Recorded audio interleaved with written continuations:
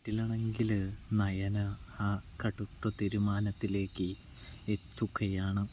അതായത് നന്ദുവും അനിയും ഇഷ്ടത്തിലാണെങ്കിൽ അവരുടെ വിവാഹം നടത്തിക്കൊടുക്കാനായിട്ട് നമ്മുടെ നയന ഇറങ്ങിത്തിരിക്കുകയാണ്.